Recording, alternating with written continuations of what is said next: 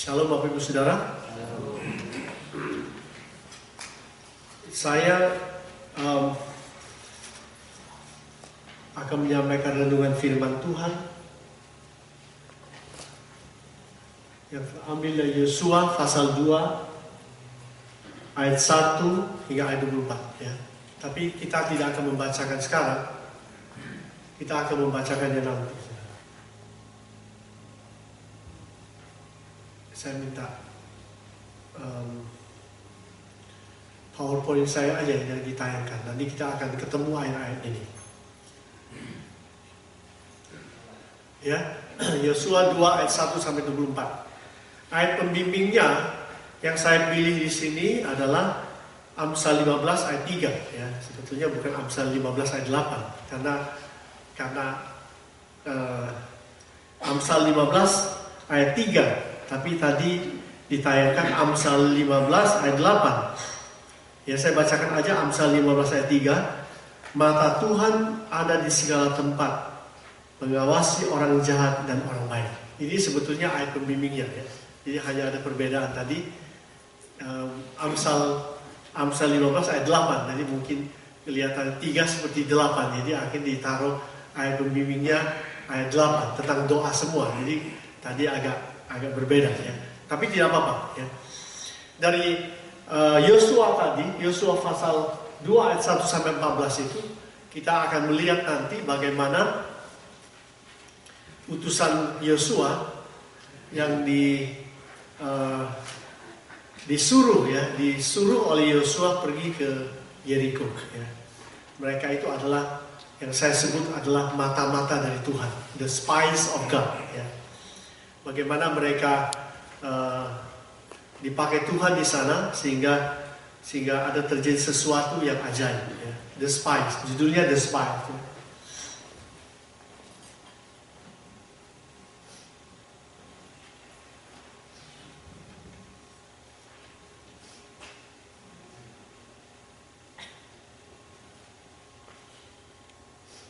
ya. Jadi dunia spies atau yang saya sebut dunia spionase ini sebetulnya sudah ada sejak dahulu ya. Apa yang ada sekarang dahulu sudah ada ya. Jadi sebetulnya mata-mata itu atau spionase itu adalah utusan rahasia dari sebuah kelompok, dari sebuah negara. Mereka bekerja secara diam-diam ya untuk mengetahui keadaan lawan supaya negara atau kelompok yang diwakilinya itu mendapatkan keamanan. Itu sebenarnya tujuan dari mata-mata. Atau mata-mata itu ingin menguasai sebuah negara, ingin menguasai negara lain, sehingga mata-mata itu diutus untuk mengadakan penelitian sehingga dapat diserang seperti itu. Nah, kalau dulu zaman Uni Soviet itu ada mata-mata yang seperti ini, saudara. Maka di Indonesia itu disebut dulu adalah BAKIN, Badan Keamanan Intelijensi Nasional ya. Sekarang sudah berubah jadi BIN.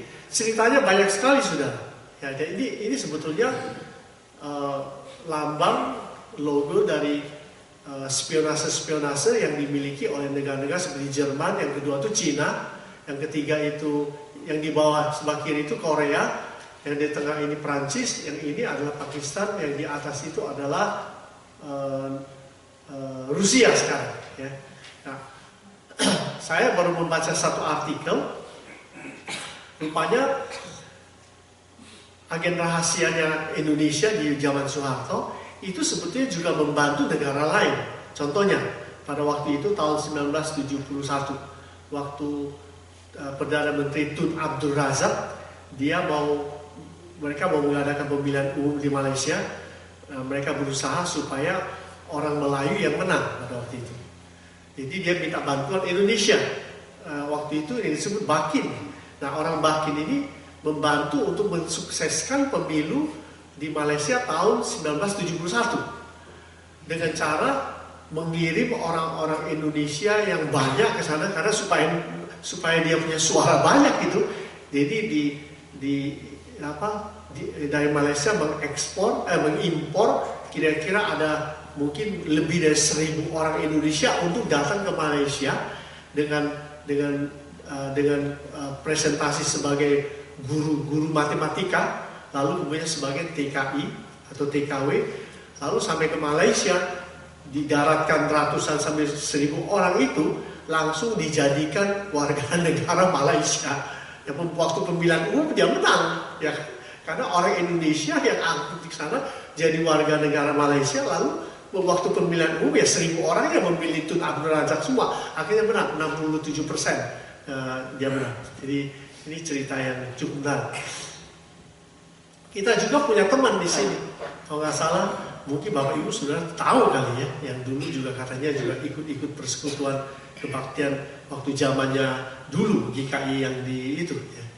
Dia juga adalah orang Soeharto waktu dia kuliah di Trisakti tahun mungkin itu sekitar tahun 80 atau 70-an. Dia itu direkrut begitu saja. Biasanya orang yang direkrut jadi mata-mata itu bukan orang sembarangan, pasti orang pintar. Direkrut akhirnya masuk ke Bakin. Dari masuk ke Bakin lalu dia dikirim ke Hong Kong. Di situ sudah ada perusahaan milik negara tapi nyarunya milik swasta. Lalu kemudian dari situlah fundingnya untuk mengirim dia ke Inggris kemana hanya untuk menjadi mata-mata untuk pemerintah Soeharto pada waktu itu. Orangnya masih hidup sekarang. But anyway, nah zaman sekarang ini adalah zaman yang sudah modern dan maju. Jadi dengan menggunakan teknologi yang seperti terjadi dengan Edward Snowden ini, dia membocorkan rahasia surveillance secret dari Amerika yang menyadap telepon-telepon penting dari antara kepala negara yang di seluruh dunia itu dia bisa tahu dengan cara, dan dia open, dia buka itu akhirnya Snowden ini jadi ramai kan, jadi ramai. Sebenarnya tujuan Amerika itu untuk surveillance itu ya adalah untuk keamanan, untuk mencari gerakan-gerakan teroris dalam dunia ini, sebetulnya itu tujuannya. Tetapi dia membongkar rahasianya, akhirnya hubungan Amerika dengan negara-negara lain jadi ramai gitu ya. But anyway, jadi hal seperti itu sudah tidak asing lagi ya. Nah, spionase ini juga ditangkap di mana-mana. Kalau dia sudah ketahuan dia ditangkap, betul nggak? Begitu ketahuan dia ditangkap. Kalau ditangkap pasti dihukum mati. Jadi di sini ada satu cerita orang orang Arab yang jadi mata-mata ditangkap oleh pemerintah Persia. Habis itu dia diadili orang ini. Sesudah waktu diadili oleh orang-orang Persia, ini pasti orang Timur Tengah lah, kira-kira orang Iran, Irak. Jadi dia disuruh pilih, karena dihukum mati maka dia disuruh pilih. Kamu dipilih berdiri di depan regu tembak, atau kamu bersedia masuk disebut the big black door. Big black door. Jadi orang ini artinya bingung juga mau pilih yang mana kan, dia pikir dua-duanya pilih juga mati kan. Dia mau pilih big black door, dia bingung big black door masuk ke mana. Dia nggak tahu dan dia takut.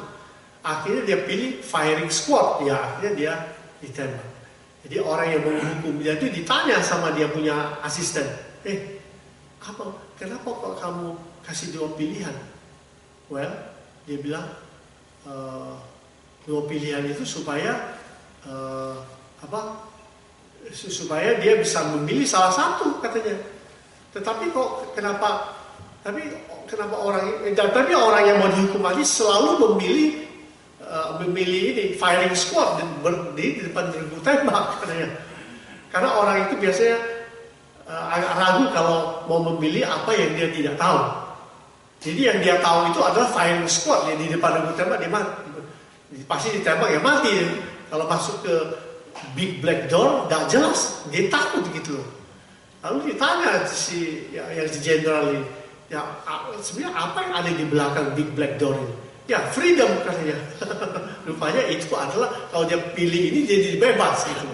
Tapi karena dia nggak ngerti, dia nggak tahu, makanya dia nggak berani milih itu. Nah itulah sebenarnya manusia kan begitu, yang selalu memilih yang tahu. Sedangkan yang tidak tahu mereka seringkali tidak mau ambil risiko. Padahal yang mereka tidak tahu seringkali itu membawa keselamatan. ya kan? Seperti Yesus banyak orang nggak tahu, nggak mau bertanya, akhirnya sesat di jalan gitu. Dalam dunia PL kita sudah kenal, ini Israel ini penuh mata-mata. Ya. Nah, kita mau melihat step by step tentang the spies of God ini. Makanya kita membacanya hanya secara portion aja. Ya. Yosua 2 ayat 1. Ya. Yosua bin Nun dengan diam-diam melepas dari Sitim 2 orang pengintai. Yang 2 pengintai ini adalah spies. Ya. Dibilang, pergi amatilah negeri itu dan kota Yeriko. Maka pergilah mereka dan sampailah mereka ke rumah seorang perempuan sundal yang bernama Rahab. Ya. Lalu tidur di situ. Kemudian diberitahukannya kepada Raja Yeriko demikian, bahwa tadi malam ada orang datang kemari dari orang Israel untuk menyelidik negeri ini. Maka Raja Yeriko menyuruh orang kepada Rahab, mengatakan, bawa orang itu keluar kemari,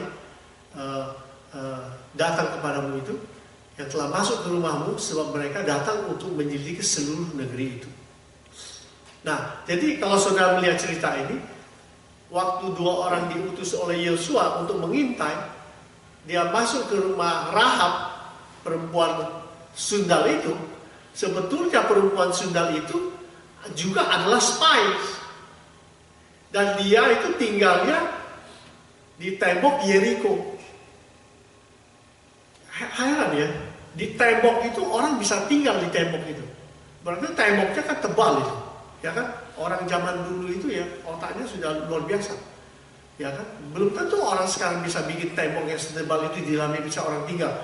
Dulu tuh tidak ada peralatan-peralatan seperti ini. Nah, Rahab itu tinggal di sana. Untuk apa dia tinggal di sana? Ya kan? Dan itu dipertanyakan. Kemungkinan memang dia itu adalah juga seorang mata-mata. Berarti nggak? Waktu perempuan itu welcome 2 orang ini, udah ketahuan sama orang lain. Ayat yang kedua, kemudian diberitahukan kepada Raja Yeriko, tadi malam ada orang datang kemari dari orang Israel itu menyelidik negeri ini. Berarti waktu 2 orang mengintai itu masuk ke rumah Rahab, dia sebetulnya sudah diintai oleh orang lain yang di belakang yang dia sebetulnya tidak tahu. Jelas kan? Kalau bukan Tuhan waktu itu yang melindungi 2 utusan Yosua, udah mati dia, sudah pasti dia dibunuh kan. Jadi perempuan itu welcome ke rumah dia, gitu loh, welcome ke rumah dia. Lalu sudah ketahuan, raja itu langsung kirim prajuritnya, bawa orang itu keluar katanya. Nah, saudara yang dikasih oleh Tuhan, perempuan ini berpikir, di sisi lain perempuan ini berpikir bahwa 2 orang datang itu mungkin adalah customer, karena dia itu harlot, karena dia itu adalah seorang perempuan sudah dia pikir ini adalah mungkin customer-nya ini, ya kan?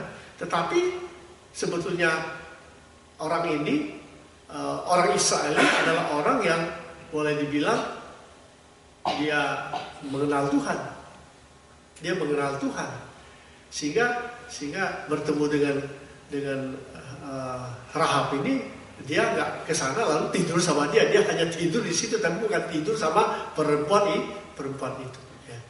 Nah, kedua mata-mata ini adalah umat Tuhan, jadi sehingga dia tidak akan melakukan hal-hal yang melanggar moral pada waktu itu. Ya.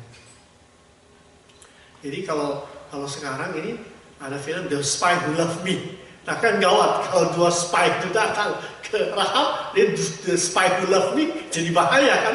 Untung dua spy ini bukan The Spy Who Loved Me kan. Kan banyak terjadi sekarang ini kan, datang spy tapi The Spy Who Loved Me, jadi itu yang berbahaya. Jadi ada 3 mata-mata di sini. Satu, the spies of God, datang ke Yeriko untuk mengintai. Yang kedua, mata-mata kedua ini sebenarnya perempuan itu, yang saya sebut the convicted spy, yang kemudian dia bertobat menjadi mengikut orang Israel. Ya. Sedangkan dan dia mata-mata yang ketiga adalah mata-mata dari pemerintah Yeriko tadi. Ya.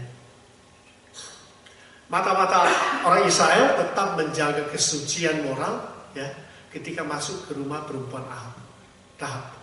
Yang saya pikir-pikir di waktu saya persiapan ini, untung bukan Simpson yang datang. Ya. Kalau Simpson datang ceritanya mungkin sudah lain ya. Mungkin dia nikahi si Rahab itu, nikahin Rahab untuk menyerang Yeriko kan. Itu caranya Simpson. Ya. Nah, Rahab ini kalau sebagai seorang pelacur, pasti identitasnya buruk ya. Identitasnya very bad. Ya, di mata orang Yeriko, apalagi di mata orang Israel, pasti very bad itu.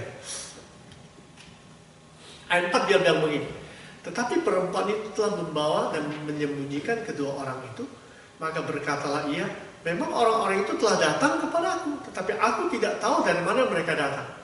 Dan ketika pintu gerbang hendak ditutup menjelang malam, maka keluarlah orang-orang itu. Aku tidak tahu kemana orang-orang itu pergi.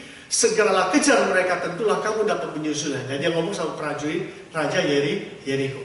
Jadi dia agak sedikit bohong. Tetapi perempuan itu telah menyuruh kedua orang mereka atas suatu rumah dan menyembunyikan mereka di bawah timbunan batang rambi yang ditebarkan di atas soto itu. Maka pergilah orang-orang itu mengejar mereka ke arah sungai Yordan, ke tempat-tempat penyeberangan, dan ditutuplah pintu gerbang segera sesudah pengejarnya keluar.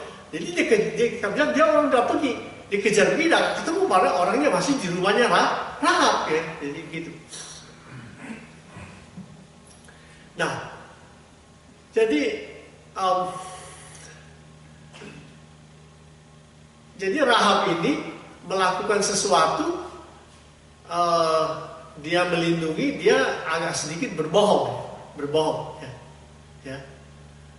Hanya memang mata-mata Israel ini moralnya tetap baik ya, moralnya tetap baik.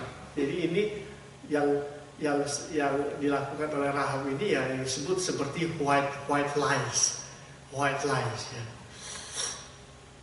Kalau white lies itu lebih baik daripada morally lies. Ngerti nggak?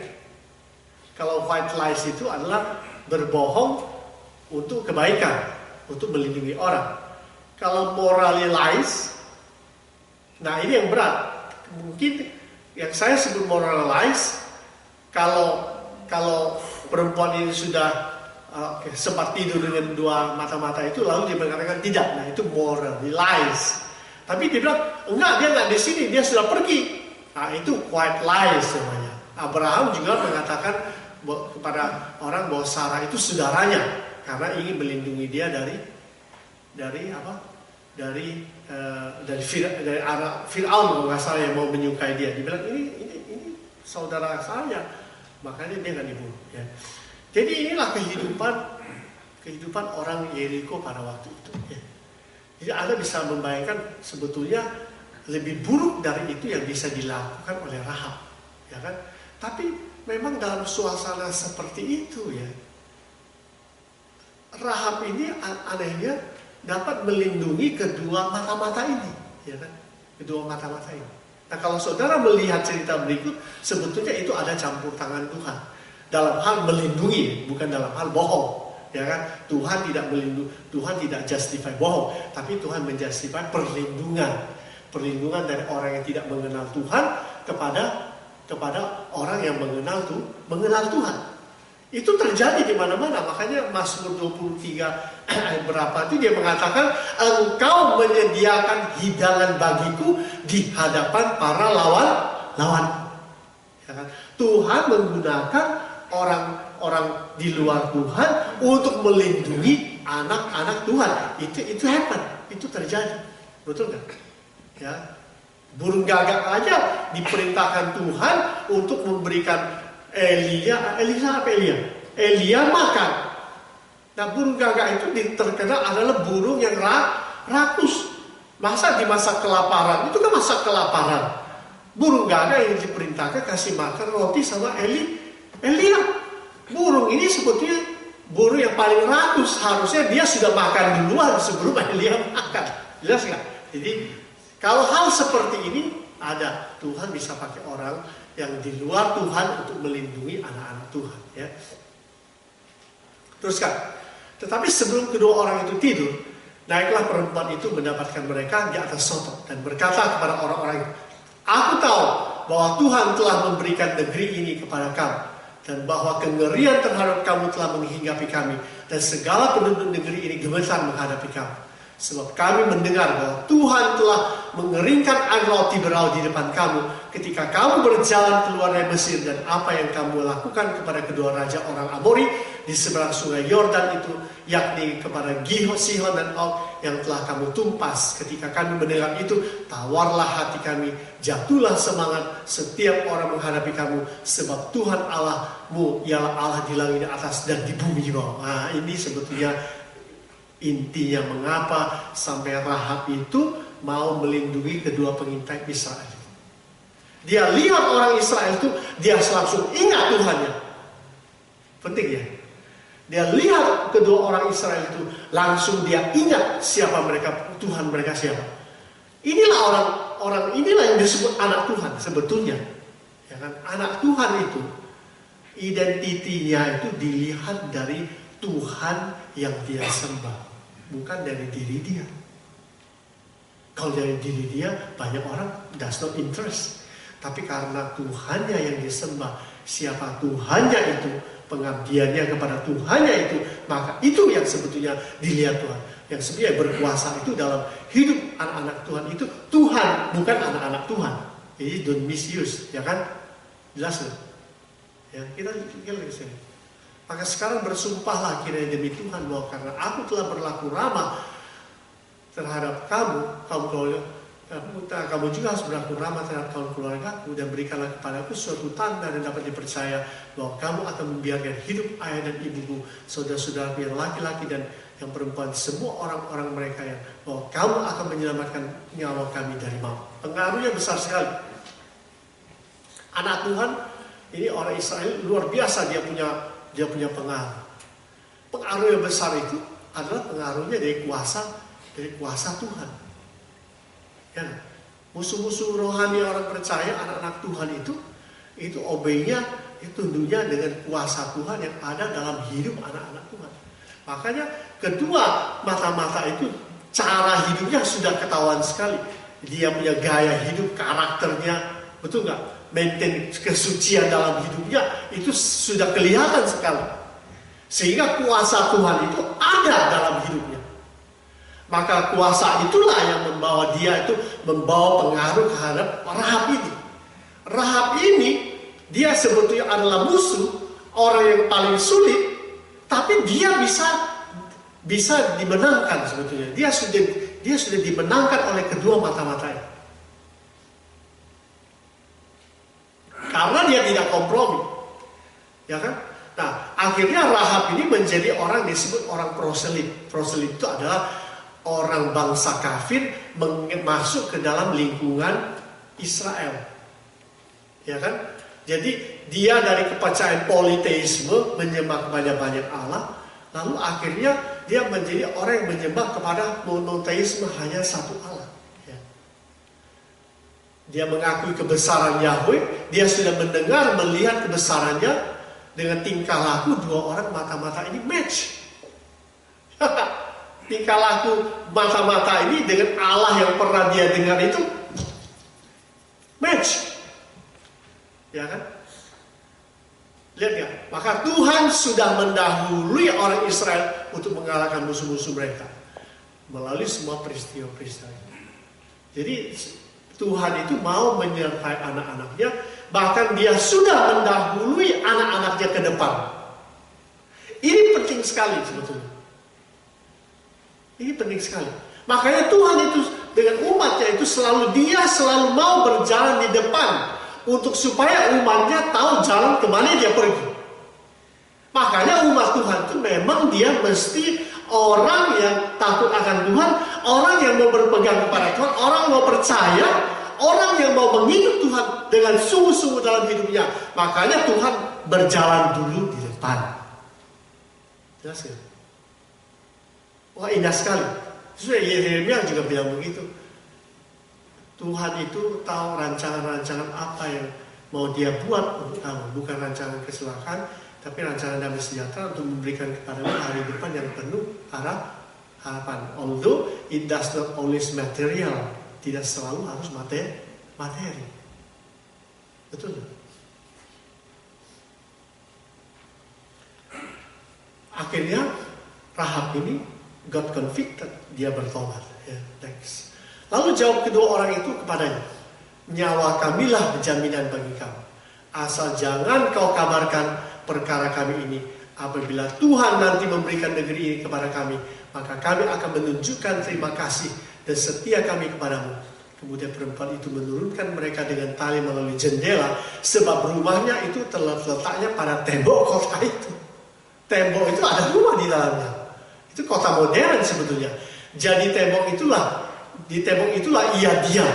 Berkatalah ia kepada mereka, pergilah ke pegunungan, supaya pengejar-pengejar itu jangan menemui kamu, dan bersembunyilah di sana 3 hari lamanya sampai pengejar-pengejar itu pulang. Kemudian bolehlah kamu melanjutkan perjalanannya. Kedua orang itu berkata kepada kami akan bebas dari sumpah kalau kepada kami kepadamu yang telah kau suruh kami ikrarkan. Ya, jadi disuruh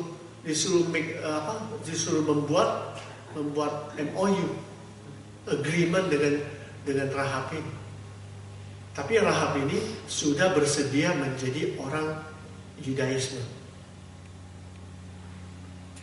Ya. Jadi perpindahan Rahab menjadi orang Israel itu disebut berkat dalam pertobatan Rahab. Ada jaminan keselamatan bagi seluruh keluarganya. Kan dibilang, ya, kalau kalian sudah masuk menguasai Yeriko, supaya keluarga saya semuanya jangan kamu apa-apakan. Dua pengintai bilang, oke, we will do it. Ya. Tapi jangan kau keluar dari rumah itu katanya. Ya. Jadi jaminan keselamatan bagi seluruh keluarga orang yang sudah bertobat. Jaminan keselamatan bagi seluruh keluarga yang sudah bertobat. Betulkah Paulus Kisah Para Rasul 16 ayat 33? Percayalah kepada Tuhan Yesus Kristus, maka engkau akan selamat, engkau berserta semua. Ya. 2. Ada apresiasi dari umat Allah.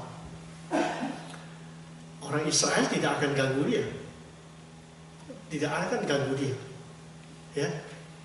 Jadi Rahab masuk ke dalam lingkungan bangsa pilihan Tuhan, bukan bangsa yang akan ditumpas. Ya. Tadi terhukum, sekarang bukan terhukum lagi. Ya. Jadi indah sekali perpindahan itu. Nah, kalau saudara membaca kitab Injil, Rahab itu dimasukkan dalam daftar keluarga Allah dan Injil Matius 1 ayat 1 sampai 17. Rahab itu ada di situ.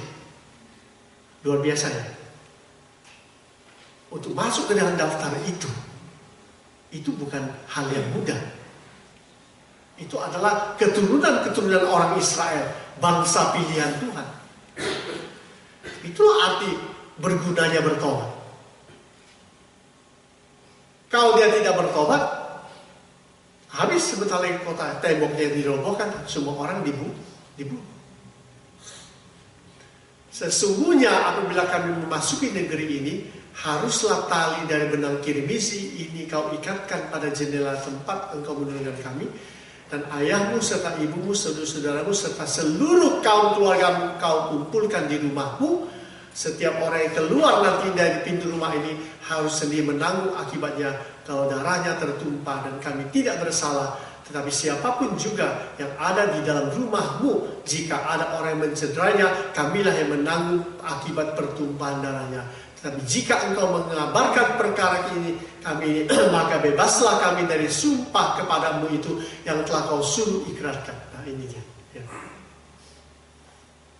Perempuan itu berkata, seperti yang telah kau katakan, demikianlah akan terjadi sesudah itu. Dilepaskannya orang-orang itu pergi, maka berangkatlah mereka. Kemudian perempuan itu mengikatkan tali kirmisi pada jendela. Mereka pun pergilah dan tiba di pegunungan. Mereka tinggal di sana 3 hari lamanya sampai pengejar-pengejar itu pulang.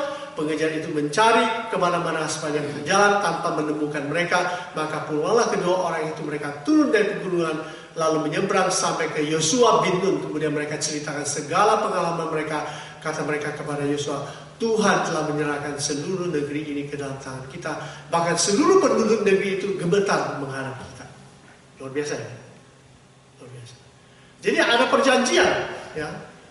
Taruh benang gengisi di depan pintu rumah, dan keluargamu ini tidak boleh keluar dari rumah ini. Tidak boleh keluar. Kalau keluar, habis kamu. Nanti kamu pasti dibunuh. Ya. Kalau kamu tidak keluar, maka kamu selamat. Bukti-bukti pertobatan Rahab. Ada simbol yang digunakan. Simbol kirimisi itu seperti ini. Mirip-mirip dengan waktu anak-anak sulung Mesir itu mau akan kena tulah, maka di depan pintu mereka taruh dikuaskan darah anak domba, sehingga waktu malaikat maut itu lewat, mereka lewat. Orang-orang Israel yang di depan rumahnya ada darah itu, mereka selamat. Mirip-mirip seperti ini. Waktu musuh itu datang, itu dia lihat tanah darah itu, dia lewat. Hukumannya lewat. Nah, ini yang terjadi. Jadi itu lambang salib. Ada salib dalam hidup orang percaya itu, sebetulnya itu adalah perlindungan. Itu adalah perlindungan menjauhkan diri dari hukuman Tuhan. Kan begitu kan? Kalau ada salib dalam hidupmu, ada penebusan Kristus kita alami, maka tidak ada penghukuman kan? Maka tidak ada penghukuman bagi orang dalam Kristus. Tidak melewati batas-batas yang telah ditentukan. Artinya Rahab sudah betul-betul bertobat, tidak boleh campur lagi dengan orang-orang mereka. Itu maksudnya sebetulnya. Kamu harus membuktikan diri bahwa Anda, keluargamu, semuanya tidak boleh lagi bergabung dengan orang-orang kafir itu yang menyembah banyak berhala, menyembah banyak Tuhan. Itu maksudnya. Jangan kamu keluar dari rumah. Jangan kamu kembali kepada hidupmu yang lama. Kalau kamu kembali ke hidup lama, kau keluar dari pintu itu, waktu kami datang, kami pasti kamu dihabisin. Jangan itu bayangan-bayangan seperti kita kan? Kita anak Tuhan. Ya, jangan kita berkumpul lagi dengan kehidupan yang lama. Kita boleh bergaul sama orang. Kalau zaman sekarang ya tentunya kita nggak tutup pintu, jangan nggak boleh keluar. Bukan itu maksudnya. Maksudnya jangan kita kembali kepada hidup yang lama. Hidup yang lama. Kalau sudah baru ya baru lah. Jangan kembali lagi. Yang ketiga, pegang janji. Ini bicara soal komitmen. Pegang janji. Menarik sekali. Terus apa yang bisa kita pelajari dari peristiwa Ahab ini? Dengan dua mata-mata ini. Satu, kita harus sadar bahwa dalam kehidupan kita ada mata-mata Allah yang selalu mengawasi kita. Mata Tuhan ada di segala tempat, mengawasi orang jahat dan orang baik. Kamu mengawasi orang jahat dan orang baik. Anda dan saya di sini orang jahat atau orang baik? Pasti orang baik toh. Tuhan mengawasi. Tidak mau kan kita disebut orang jahat kan? Tidak mau. Makanya kita jadi anggota gereja yang baik lah. Anggota good membership, bilang good membership. Nah, maksudnya pokoknya Tuhan itu mengawasi, tahu mengawasi, mandor, ya kan? Inspect. The eyes of God inspect in all places. Inspect the evil people and the good people, the godly people. Inspect, mengawasi. Atau mandor. Mandor itu pernah tidur. Namanya mandor. Mandor tidur itu, ya itu jaga malam yang di kampung itu. Begitu orang jam 12 dia tidur juga. Kita mau lewat, suka buka pintu gerbang di kebun jeruk itu. Kan? Ya, ada pintu gerbang, bangun dia tidur. Hei bangun. Dia bangun, dia buka pintu, kita keluar kasih duit. Tuhan tak seperti itu. Jadi kita harus tahu, mata Tuhan itu selalu mengawasi kita. Dan we have to remember.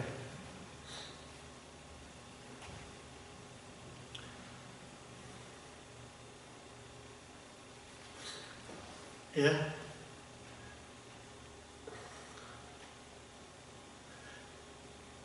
Maka kalau mata Tuhan mengawasi ya, dia bisa sembunyikan sesuatu kan ya. Kita nggak bisa kita nggak bisa menyembunyikan sesuatu. Karena hati kita pasti nggak enak, ya kan? Kalau hati kita sudah mulai nggak enak karena kita menyembunyikan sesuatu, berarti waktu itu mata Tuhan lagi ada di sana. Betul nggak? Lagi tidak enak, melakukan sesuatu yang tidak beres, hati kita nggak enak, ya kan? Alarmnya, radarnya ini, ting, ting, ting, ting, ting, berarti mata Tuhan ada di situ. Jadi kalau mata Tuhan ada di situ, berarti kita harus sadar ini sudah salah, sudah salah. Nah ini mungkin sebuah ilustrasi yang saudara pernah dengar. Ini ada satu bapak ini, jadi dia bawa satu perempuan yang pergi ke Long Beach, masuk ke Kentucky Fried Chicken Restaurant, beli makanan to go. Dia bayar, tahu-tahu orang itu kasih lebihnya kebanyakan. Pernah alami itu. Beli belanja $5, ketika di bawah $5 dikasih kembalinya di atas $5, banyak sekali itu. Jadi dia nggak lihat lagi, dia masukin aja di tubuh punya orang semua. Sampai ke pantai dia lihat, kok banyak sekali tuh ini dikasih oleh kasih Kentucky Fried Chicken itu. Ya sudahlah, ini kan uang bukan punya sendiri ya, bukan ini bukan rezeki nomplok, rezeki nyasar. Dia balik ke restoran Kentucky Fried Chicken. Wah, ini uangnya banyak nih. This too much.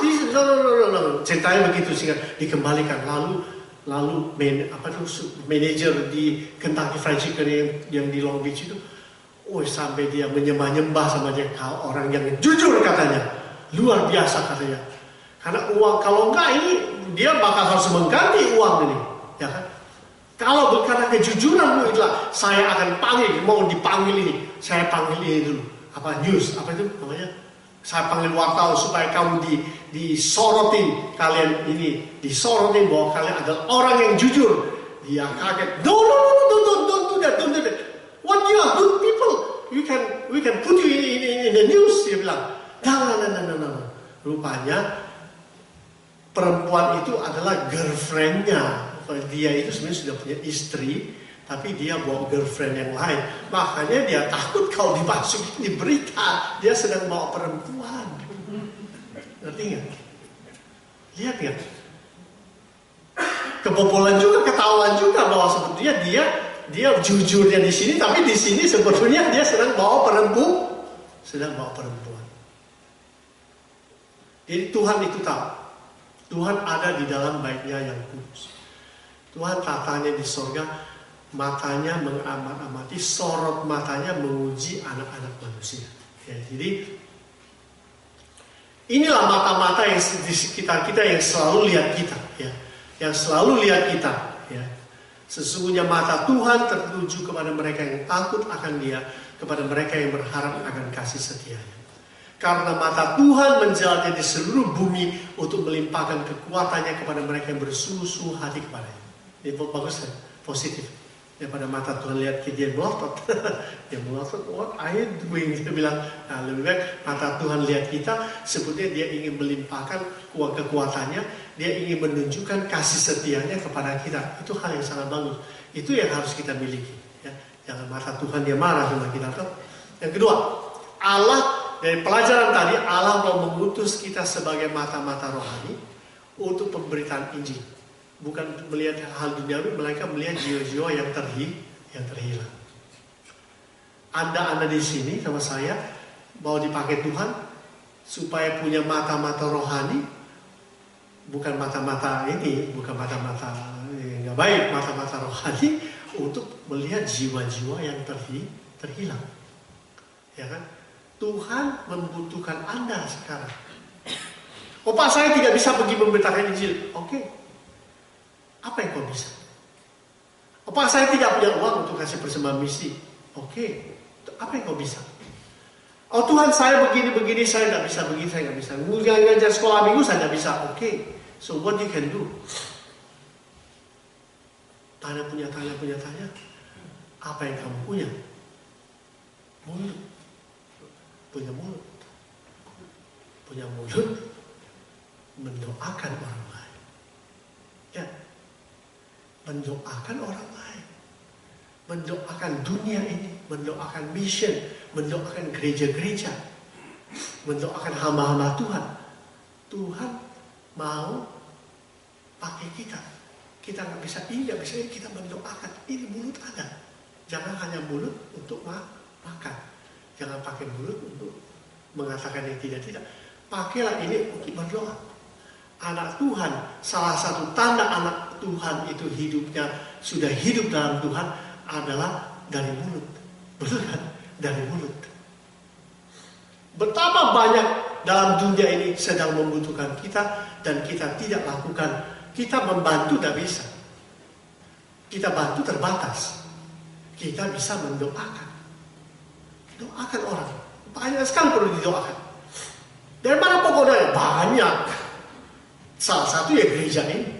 Kalau saudara baca internet itu, buka GKI, Sinode GKI, langsung keluar GKI klasis ini, GKI klasis itu, GKI klasis itu, banyak sekali. Begitu klik GKI klasis Jakarta, dia pakai klasis saya klik begitu, seluruh GKI keluar.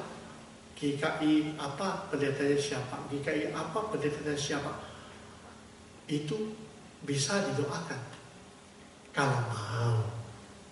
Jadi yang dekat-dekat dulu lah, jangan yang sudah jauh seperti saya. Kalau saya sore hari saya pakai waktu 2 misi. Buku misi saya 1.500 halaman. Saya buka. Setahun saya keliling dunia 1 kali. Karena buku misinya begini. Kadang-kadang tidak habis. Jadi saya doakan tiap hari. Gereja-gereja, saya klik internet daftar gereja-gereja GKJ, gereja-gereja Kristen Jawa. Saya klik klasis Klaten. Banyak sekali. Semua mereka membutuhkan dukungan doa. Kadang-kadang Tuhan bisa sama saya. Mereka butuh kamu. They need you. They need your prayer. Paling sedikit orang percaya mesti mau mendoakan. Paling kecil. Itu yang paling gampang dan paling sulit dilakukan oleh orang percaya. Tuhan mau pakai anak-anaknya.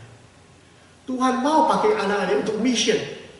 Lihat di China, manusianya berapa M? Aduh, kalau saya doakan Cina itu menangis saya. Satu provinsi itu manusianya, satu provinsi itu 96 juta, ada satu provinsi itu 50 juta orang, itu manusia. Tak tahu kenapa orang China itu punya banyak anak ya. Saya juga itu manusia banyak sekali. Itu semua saudara bisa mengambil bagian untuk mission, untuk mendoakan. Aduh, saudara ini, untuk apa kita hidup ya? Untuk apa kita hidup? Kalau kita tidak menjadi mata-mata rohani untuk memberitakan Injil, untuk pokoknya you do something. You do something, you cannot do everything. Kalau dalam melayani Tuhan kita harus jujur, tidak kompromi, tidak terpikat seperti 2 mata-mata tadi. Masuk ke rumah artis, itu kan artis tuh di tembok itu. Dia masuk ke rumah artis, keluar dia tetap utuh. Betul kan? Nah, jangan sampai orang itu masuk ke rumah artis, keluar jadi kacau. Ya. Jadi orang yang kondisinya buruk seperti Rahab itu, di mata masyarakat buruk, rupanya masih bisa dimenangkan untuk Tuhan. Rahab itu buruk sekali, saudara. Pernah nggak saudara menemukan orang yang sangat buruk dalam hidupmu? Pernah?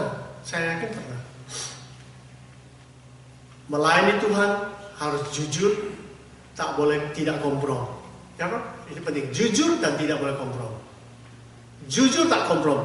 Jadi, honesty is very expensive gift. Do not expect it from cheap people. Betul juga. Orang rendahan cheap. Kau cheap. Gak bisa honest. Orang yang jujur itu orang yang punya martabat yang tinggi, itu maksudnya. Jadi, Anda bukan orang cheap people di sini. Anda orang yang memiliki Kristus. Orang yang punya martabat itu tidak ditentukan dari materi. Ya kan? Orang yang punya martabat tinggi itu ditentukan dari Kristus dalam hidupnya. Ya kan? Banyak orang kerjanya kuli. Tahu kuli? Ya, Indonesia, ya Amerika kerjanya kasar, kerja kulit, tapi jiwa dan mentalnya tidak kulit. Nah itu penting, karena dia punya Tuhan dalam hidupnya. Dia bisa melayani dengan jujur. 3. Di samping mata Allah ada juga mata yang lain yang sedang mengawasi kita untuk menjatuhkan kita, yang saya sebut the evil eyes. Betul kan? 2 mata-mata mengintai, dia nggak tahu waktu dia masuk Yeriko sudah ada yang mengintai. Berarti teknologinya Yeriko itu begini. Mata-mata itu masuk, datang dulu mata-mata yang lain sudah di belakang. Datang perempuan aktris ini, ya kan? Di belakang aktris si Rahab ini ada mata-mata yang lain. Ya, hidup kita ini, kita memang harus berhati-hati, ya kan? Di samping itu ada mata Tuhan, tapi juga ada mata yang lain yang juga sedang melihat kita, ya, yang saya sebut the evil eyes, ya. Nah, evil eyes ini kalau di dunia ketiga ini ya, di dunia ketiga, di Asia, di Afrika itu, evil eyes itu adalah mereka tidak berani keluar Jumat Kliwon. Nah, itu evil eyes. Jumat Kliwon itu ada hantu yang sedang mengawasi, itu jangan keluar, jangan mengadakan perjalanan di Jumat Kliwon. Hantunya banyak. Tak berani lewat kuburan pada malam hari. Masih ada nggak di sini kalau lewat cemetery? Di sini cemetery-nya kan nyaman sekali. Begitu lewat, aduh rapi sekali. Itu cemetery. Cemetery. Makanya orang tua saya Chinese. Chinese pernah jadi kepala kelenteng. Kelenteng Lim. Tapi sudah bertobat tentu. Kepala kelenteng bahaya. Untuk dia sudah dalam Tuhan. Dia pernah bilang sama saya, lihat orang agama itu, ya agama itu saya nggak semua. Agama itu orang-orangnya kerjanya berkelahi terus, tidak pernah ada damai. Hanya sudah mati baru damai. Lihat kuburannya rapi sekali. Kalau sudah meninggal, kuburannya rapi, tidak ada yang gini lagi, ya kan? Kalau hidupnya masih begitu sampai kuburan rapi semua, kuburannya rapi semua, sudah damai, tidak ada berkelahi lagi. Dia bilang begitu. Saya pikir benar juga, ya, benar juga. Tidak berani pakai baju hitam kalau di malam gelap. Tidak pernah menggunakan angka 13. Tahun ini dari tahun kuda api, dalam bercinta banyak saingan. Ini kuda api. Evil eyes, ya, evil eyes sudah mengintai, ya kan? Tapi kalau kita anak Tuhan, ya Tuhan yang mengintai kita, Tuhan yang melihat kita. Jadi evil eyes biarin aja di evil eyes. Tetapi kita terus jalan. Masih merasa ada evil eyes ya, yang mengawasi kalian? Tidak ada, sudah free. Puji Tuhan. Yang penting mata Tuhan yang melihat. Kalau mata Tuhan tak mau melihat saudara kan jadi celaka, jadi berat, gitu ya kan? Jadi ada misionaris nih. Misionaris, ini sudah selesai. Misionaris pergi ke suku-suku melayani. Tetapi di tikungan jalan itu terjadi kecelakaan terus. Kenapa terjadi kecelakaan terus? Rupanya di tikungan jalan itu ada satu pohon besar. Jadi kalau mobil dari sana ke sini lihat pohon ini mungkin tidak bisa lihat mobil yang datang, dia tabrakan. Hanya di tikungan itu tabrakan terus, entah tabrakan mobil sama mobil atau mobil tabrak pohon itu. Jadi inilah yang disebut orang kampung di situ merasa, wah ini ada penunggunya. Jadi misionaris mulai menyelidiki. Orang kampung, iya ada setannya, ada evil eyes. Jadi pohon itu dikasih sesajen, kasih apa, penuh kan, supaya hantunya jangan marah. Tapi terus saja tabrakan terus di daerah situ pohon besar itu. Gimana caranya? Di misionari ini melayani mereka, dilayani. Bukan ada penunggu. Sebetulnya pohon ini yang jadi masalah. Misalnya kita potong saja pohonnya, dipotong pohonnya, tidak pernah lagi ada kecelakaan. Ya, jadi ini menarik sekali, dan ini memang kejadian. Ya, dipotong, pohonnya sudah ada lagi penunggunya. Kan ada penunggunya, potong aja pohonnya. Betul kan? Ya, ada lagi orang Kristen. Dia kerja di nurse. Tahu nurse? Ngurusi orang sakit. Orang-orang sakit ini namanya rumah sakit. Kalau rumah sakit, orangnya sakit dari berat, ringan. Biasa kalau sudah rumah sakit, penyakitnya pasti berat. Kalau tidak berat, masa mau semua sakit. Jadi nurse ini, dia ada orang mau meninggal, dia melihat rohnya lewat. Lalu dia melihat ini, melihat itu, melihat ini, melihat itu. Pernah nggak lihat setan? Mau nggak? Ya nggak mau. Mimpi ketemu setan terus, ya kan? Lihat roh lewat. Siapa yang pernah begitu? Nggak ada. Horor kan itu kan?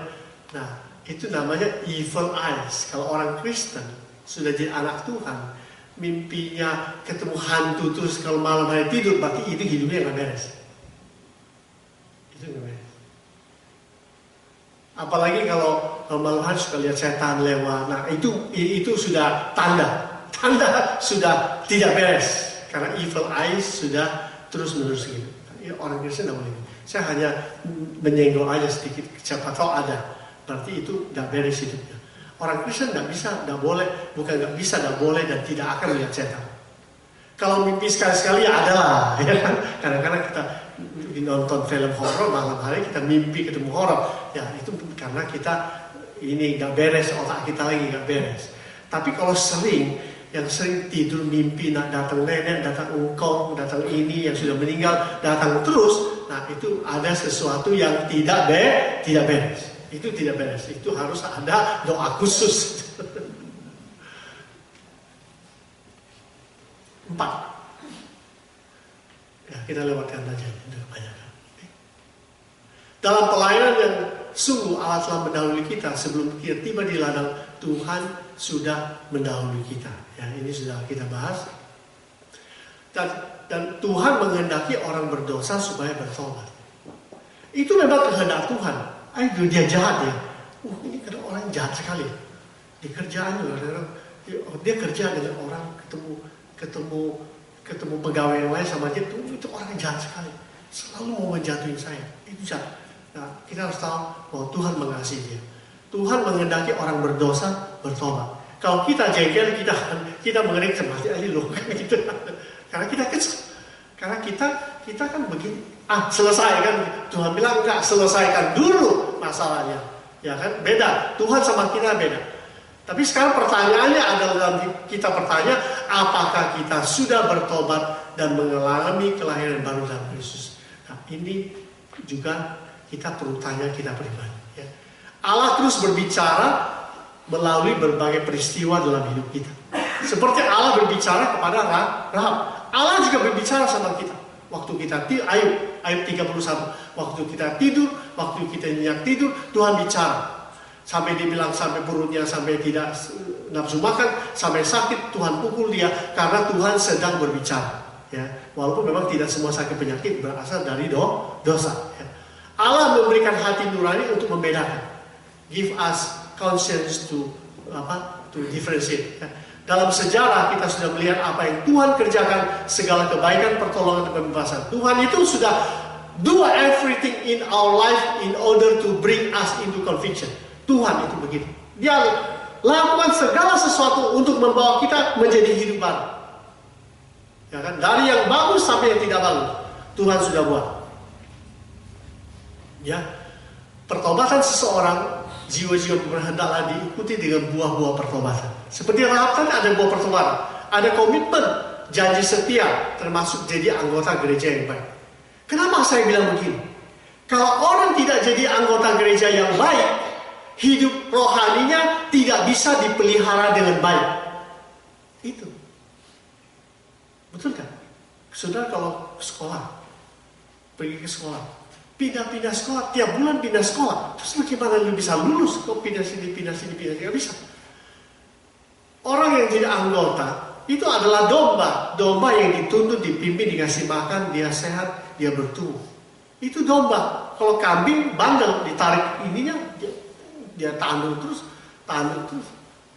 Makanya orang yang sudah lahir baru itu, salah satunya dia adalah orang yang menjadi anggota gereja yang baik, komited, punya tindakan nyata, beribadah, berdoa, baca firman. Coba lihat dalam hidup Anda ada nggak seperti itu? Kalau tidak ada, mungkin bisa diragukan. Ya, tidak melewati batas-batas pertobatan seperti itu tadi, permohonan tadi. Tidak bisa lewat batas-batas pertobatannya. Ngerti nggak? Jadi sudah ada set boundary. Tuhan sudah kasih kita garis di sini. Makanya Chuck Swindoll itu ya, dia pernah ditanya, dia pernah bikin ilustrasi. Ada bapak sama anaknya bawa anaknya pergi nonton baseball. Anaknya ini kecenderungan mau ke depan terus karena nonton baseball itu kan hot, ya kan? Sudah duduk di atas, dia mau pergi terus, mau turun terus. Lalu dia bilang bapaknya bilang, ini adalah line. Kamu boleh bersorak tapi kamu tidak boleh lewat line ini, katanya. Nah anaknya ini kan tambah baseball, tambah hot, dia maju. Lalu dia bilang bapaknya, gimana caranya? Lewat apa? Dia bilang, Pak, bisa nggak garis ini saya mundurin sedikit, saya geserin agak maju sedikit pastinya, supaya dia bisa lebih maju. Karena dia udah nggak tahan, dia ingin aja lewat. Lalu bapaknya bilang, no, kamu mundur, jangan kau maju ini di garis, you back off. Ngerti? Kamu yang mundur, jangan kamu geserin. Tuhan itu sudah kasih kita batas. Kita masih mau Tuhan supaya kasih lebih kebebasan yang lebih lagi. Tuhan bilang, no, kamu mundur. Jangan saya yang kamu suruh pegang ini, kamu maju. Jelas nggak maksudnya? Jadi hidup iman orang Kristen, kehidupannya itu Tuhan itu sudah, bukan Tuhan menentukan supaya kamu sudah enak, tak comfortable, aduh enak dah, ini kurang bebas nih. Bukan. Sepertinya Tuhan itu memang sudah tahu inilah perintahnya. Kalau kamu nggak bisa nggak Tuhan? Itu sedikit lagi Tuhan bilang, no, you mundur, harus mundur. Inilah mengiringi Tuhan. Orang yang sudah lahir baru, orang yang sudah bertobat, begini. Itu menunjukkan ketaatan dia kepada Tuhan. Bukan dia mau Tuhan taat sama dia. Nah, kalau Tuhan mau taat sama dia, Tuhan, maju lagi. Nanti sudah sampai situ nggak puas, diminta lagi Tuhan, bisa nggak mundur, maju lagi sedikit lagi garisnya. Terus sampai akhirnya dia masuk ke jurang. Ya. Lalu membawa keluarga mengenal Yesus. Ini penting. Kita the whole family. Tuhan mengangkat derajat seseorang yang mau bertobat. Ini penting kan. Rahab itu derajatnya bukan orang yang buruk lagi di mata masyarakat.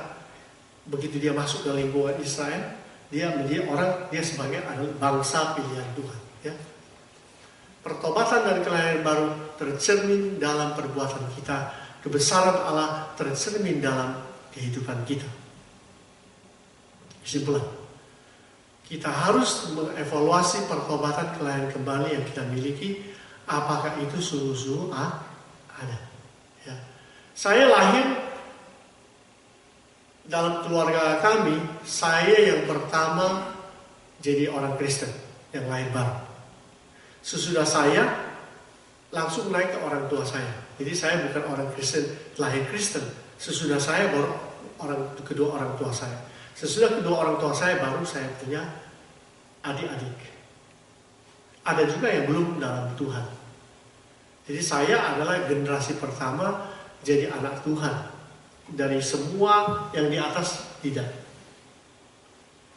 Tapi ada juga generasi orang tua Kristen, anak Kristen, cucu Kristen. Nah ini yang mesti orang tua Kristen lahir baru, anaknya belum tentu lahir baru. Oh saya sudah, orang tua saya Kristen kok. Orang tua saya Kristen, saya lahir aja Kristen. Lahir sudah Kristen. Kan hebat kan begitu. Bukan, orang itu tetap harus bertobat dan lahir baru, karena orang itu bukan lahir Kristen, lahir sebagai orang berdosa. Ya, jadi memang agak berat tentang nominal Kristen tradisi, Kristen KTP. Ini memang masalah-masalah ada di hampir gereja di seluruh dunia punya masalah. Orang Kristen tradisi, orang Kristen KTP, orang Kristen nominal. Ini adalah kelompok yang paling sulit untuk digembalakan. Karena apa? Karena kulitnya hanya Kristen, tetapi hatinya tidak ada Kristus. Makanya ahli pertumbuhan gereja dia bilang begini, lebih baik kita mendirikan gereja baru daripada kita membangun gereja lama. Karena kalau membangun gereja lama, orang-orang Kristen tradisi paling sulit gerejanya itu untuk bertumbuh dan maju. Sedangkan orang-orang gereja baru begitu dibuka, orang-orang baru datang, fresh semuanya, pertumbuhannya luar biasa. Makanya gereja-gereja mega, gereja-gereja besar yang di Jakarta itu semua dimulai dengan orang-orang baru. Gereja baru dibuka langsung, boomingnya.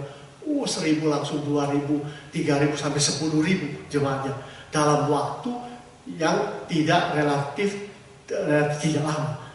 Tapi gereja-gereja yang lama, gereja tua itu juga maju sih, ribuan juga. Coba tanya berapa tahun sudah dilewati? Ada yang 40 tahun, ada yang sudah 50 tahun. Gereja ini baru jumlah ribuan. Sedangkan ini baru dibuka sebentar, jumlahnya sudah ribuan. Dalam jangka 5 tahun jumlahnya sudah ribuan. Sedangkan ini harus 30-40 tahun baru jemaatnya di 3.000. Itu bedanya orang Kristen tradisi dengan orang Kristen yang sungguh. Jelas kan? Nah, rahasianya memang pertumbuhan gereja itu ada kalau gerejanya, jemaahnya terdiri orang-orang Kristen yang sudah lahir baru. Itu sebabnya makanya definisi gereja baru betul. Definisi gereja itu adalah kumpulan orang-orang yang berdosa yang sudah diselamatkan masuk ke dalam terangnya yang ajaib. Itu gereja sebetulnya. Kenapa? Karena dia bisa jadi anggota tubuh Kristus, dia bisa melayani, jadi baru. Tapi memang di dalam anggota tubuh, di dalam gereja itu ada juga orang yang belum bertobat, dan itu juga perlu dibawa kepada Kristus. Makanya ada penulis buku bilang begini. Penulis begini. If you are not doing the mission of God, you are the mission field. Pernah dengar ya? Ya, kalau kamu tidak melaksanakan misi penyelamatan, berarti kamu adalah ladang misi itu. You are the mission field, artinya kamu belum bertobat. Makanya Anda adalah ladang misi. Nah, gereja sekarang ini banyak gereja yang adalah ladang misi, bukan doing the mission work, bukan doing the salvation work, tetapi itu adalah ladang misi. Coba bayangkan kalau gereja adalah ladang misi, belum bertobat semua, harus terus-menerus dicultivate supaya bertobat. Tapi saya percaya ini bukan ladang misi, ini doing the mission work. Anda percaya nggak? Anda bukan ladang misi, atau Anda masih ragu-ragu? Sebetulnya Anda ini sekarang adalah mission field. Kalau Anda adalah mission field, we have to talk different things. Betul ya? Tapi tidak apa-apa. Memang di dalam pemberitaan firman Tuhan selalu harus disampaikan tentang pertobatan dan kelahiran kembali. Itu hamba Tuhan tidak boleh berhenti. Walaupun jemaatnya sudah lahir baru, pokoknya yang itu adalah cek dan recheck untuk supaya semuanya masuk surga. Saya punya jemaat juga. Saya belum pernah bosan setiap kali saya khotbah pasti ada yang ngomong tentang pertobatan, mesti ada. Walaupun sudah semangat berapi-api melayani, tapi terus aja suruh bertobat. Ya, iya kan begitu. Siapa tahu dia melayani. Oke, biarlah firman Tuhan pagi hari ini boleh menjadi berkat untuk kita. Mari kita masuk di dalam saat teduh. Kita merenungkan firman Tuhan. Saya undang kita untuk semua bangkit berdiri.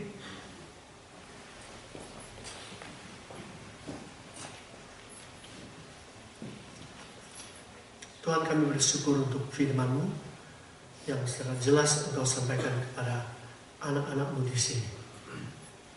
Biarlah Tuhan kami boleh mendeladani pembaharuan dan pertobatan dari perempuan Rahab itu, sehingga dia masuk di dalam bilangan bangsa pilihan Tuhan. Kami sangat memuji Engkau. Engkau adalah Tuhan yang begitu luar biasa. Engkau mengasihi kami. Itulah sebabnya Engkau berbicara kepada umat-Mu di tempat ini, karena Engkau mengasihi mereka. Sebab itu hamba berdoa supaya firman Tuhan ini boleh beroperasi dalam hati setiap anak-anak-Mu di sini, sehingga mereka boleh menjadi umat Tuhan yang teruji, dan mereka sadar bahwa Tuhan, Engkau selalu mengawasi mereka, dan kami boleh melayani Engkau. Terima kasih Tuhan. Segala pujian dan hormat kami persembahkan kepada-Mu. Haleluya. Dalam nama Yesus. Amin.